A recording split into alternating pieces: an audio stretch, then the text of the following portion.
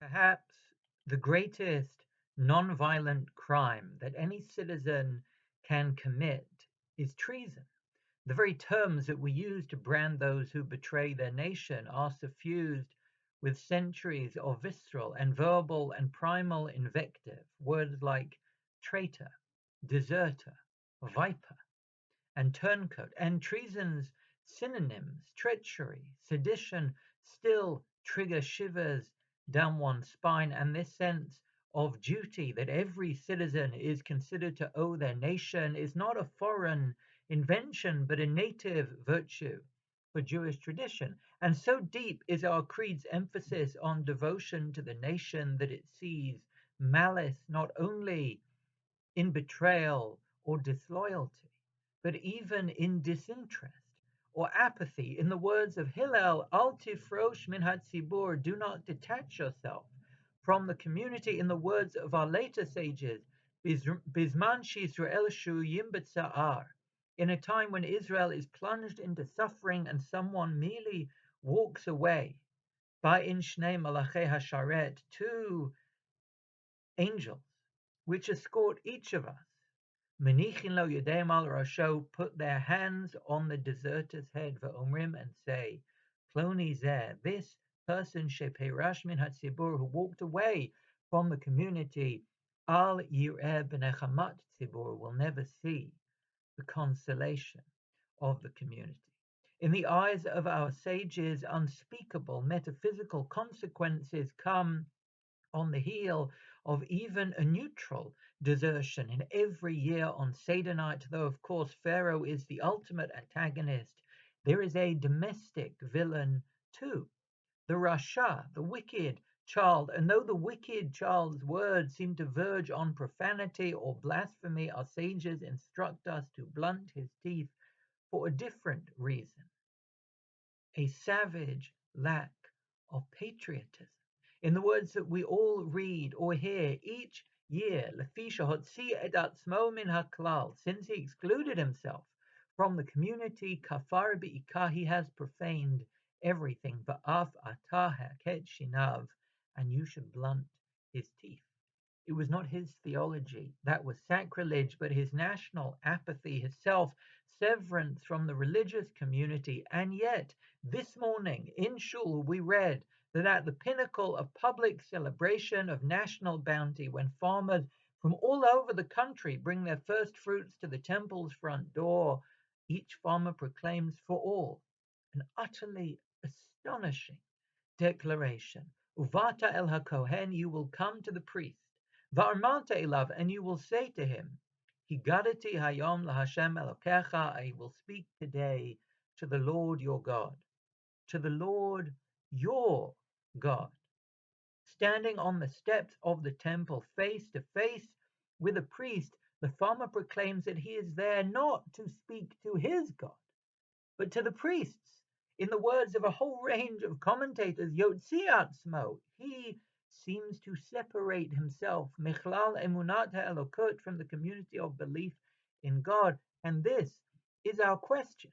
How can God permit a member of our people to be so impertinent? How can the script written in the Torah sound so impudent? How can a moment of supreme Jewish gratitude be so suffused with irreverent, almost blasphemous insolence? Now, for one of the most innovative exegetes in Jewish history, Rabbeinu Bachya, the reason that the farmer seems to verge on heresy is actually an attempt to demonstrate his devotion to the central tenets of Jewish theology. If the pilgrim had said to the priest, Rabbeinu Bachya says, Higadati hayom laHashem Elokai, I'm here to speak to my God, we would never know who the farmer really worships. In his words, Ilu Amar Kain, if he would have said, I'm here for my God, Lo haita imunato mitbareret etzlenu, his theology would be unclear to us. Lo hanu yodim kfanato, and we wouldn't know what he really meant. And there was a plethora of options in the ancient world. The Mesopotamians had Anu and Enki and Shamash. The Canaanites had Anat and Baal and Shapash. Egyptians had Horus and Osiris and Ra and Anubis, and the Greeks had Zeus and Poseidon and Athena and Ares, and the Romans had Apollo and Neptune and Diana and Venus, and the pantheon of modern deities is no less crowded, as Neil Gaiman fictionalizes in his novel American Gods, where media and ideas are the cult objects of contemporary worship. So if the farmer had brought his first fruits and declares his allegiance to Elokai, my God, there is a real possibility of a clandestine blasphemy in which the pilgrim expresses gratitude in the Jewish temple to a foreign personal deity. Hence, he must say to the priest that he wants to speak Elokacha, to your God, to the God whose service defines the priest's life, the God whose creed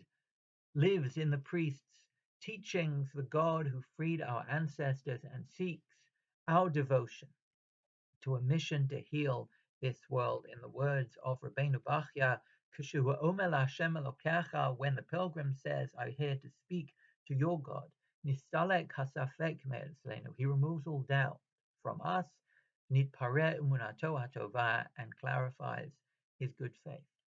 But there is another reading of this bewildering proclamation in which it serves not to put the priest center stage and alienate the pilgrim, but to elevate the pilgrim and make the priest feel expendable.